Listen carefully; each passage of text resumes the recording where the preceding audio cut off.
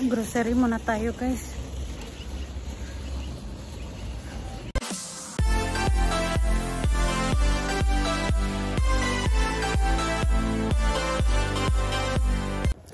Good morning. It's another day again, guys. Ito na naman ako. Papasok na ako, guys. 5:32 AM. Ngayon, so madilim. Dilim pa. Naglalakad ulit ako ngayon papuntang bus stop. So maaga at wala pang mga taong nasa kalsada. Ayan, kahapon itong buwan na to nasa baba na ngayon, no? Sa taas pa rin yung buwan. Sulit siguro ngayon ulit ngayon tumaas yung araw. Kasi yan yung buwan pa lang eh. Ayan. So yan na nga, guys. Tayo papunta sa bus stop. Ayan. Parang may tao doon sa bus stop na, oh. Pag may nakita akong naglakad, maglakad na lang din ako. Papunta doon sa highway. Pero kung ako lang mag-isa, antayin ko na lang yung bus.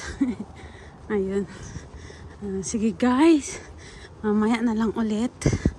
Okay. Grocery muna tayo, guys. Hala, first time ko nakakita ng ganitong pumpkin, guys. Sobrang laki. Akala ko laruan lang. Hala, nakakatuwa talaga siya. Sobrang laki. Tapos napaka-dilaw orange na orange. Or napaka-ornala, nakakatuwa. First time ko kaya, guys, nakakita ng ganito kalaki. Oh, tingnan nyo. Ang laki talaga. Grabe. Nakakatuwa. Parang laruan lang siyang nakadisplay. Bili na rin tayo ng bawang. Kasi wala na akong bawang sa bahay. So, magkano ba tong bawang na to? Pwede na tong isa, oh. 97 cents lang siya. Sige, kuha tayo ng isa dito, guys. Nasa 27 cents. Almost $1. Kuha na rin tayo, guys, ng ginger. Para pag nag-adobo tayo or paksiw, at least meron na tayong stock sa bahay. Bili na rin tayo, guys, ng broccoli. Kailangang mahal naman ng broccoli nito. $3.17. Sige na nga, mahanap. Bili tayo ng maliit lang. Yung good for one person. Kasi ang mahal naman nito. Gusto ko kasi maggulay-gulay ako, guys, para kahit pa paano maano yung health natin. Ito na nga lang kukunin ko. Hindi nang ganong kalaki. Tama lang for sahog ko sa beef. Maggawa ako ng beef na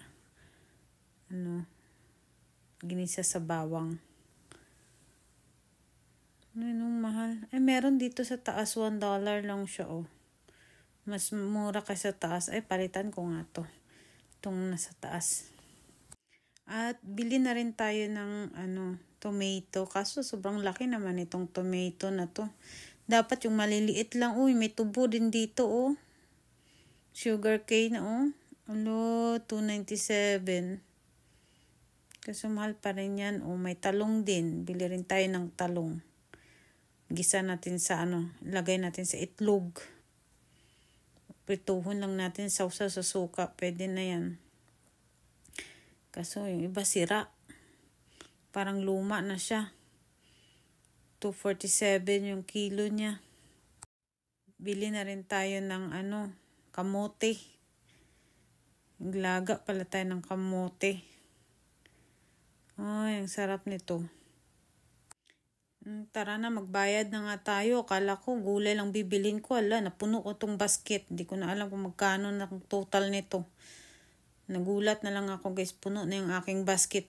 Di talaga ako makamove on dito sa kalabasa na to, guys. So, sobra talagang laki. As in, kung makita nyo siya sa personal, napakalaki talaga. Kasi siguro, season ngayon ng mga kalabasa, kaya napakadami.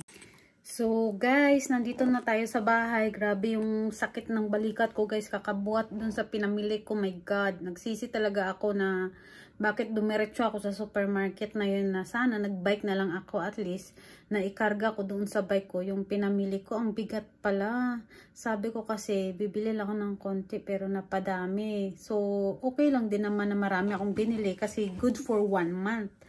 Ang mahirap lang talaga ay na pagbuhat ako ng mabigat. Masakit na ngayon kamay ko, nadagdagan pa ng sakit. May gulay talaga. Bumili ako guys ng mga gulay-gulay kasi mahirap ngayon na magkasakit. Dahil mostly ngayon dito may mga sakit gawa nga ng sa weather. So lahat na ng vitamins guys niinom ko na. May mga kung ano-ano ng mga vitamins, iba pa yung efficacent oil na ginagamit ko. Ito vitamins, bumili ako nitong vitamins. Tapos binigyan ako ng itong dalawang klaseng vitamins binigay sa akin Miss G. At ito bumili rin ako ng Centrum. Bili ni Kuya.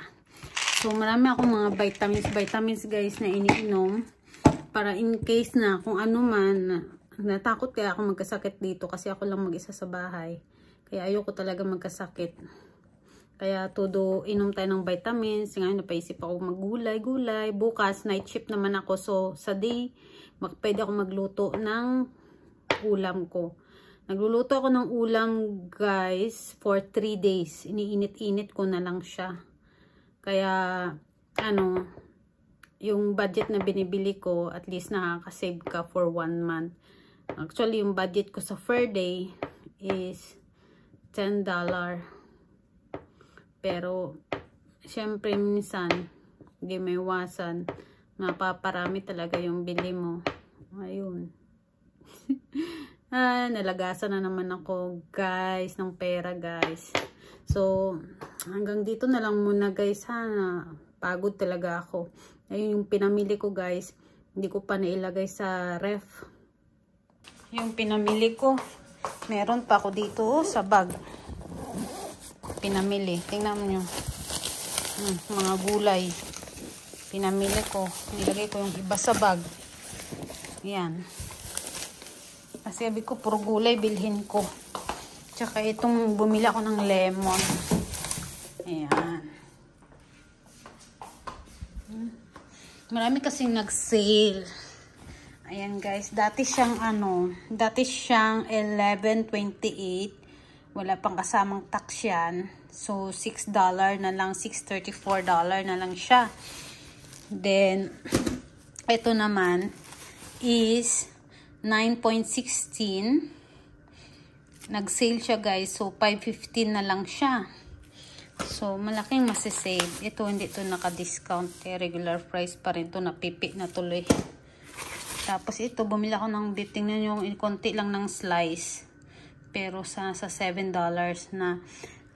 Nagtaka ako. Tinanong ko doon sa cashier, ano ka ko yung binili ko na sandwich? Hindi naman ako bumili ng sandwich. Kaso kabi ko, bakit $7? So, sandwich. Ito pala yung beef pala siya. Tapos, bumili ako nito. O, tingnan nyo guys. Itong binili ko, $30. $30.32.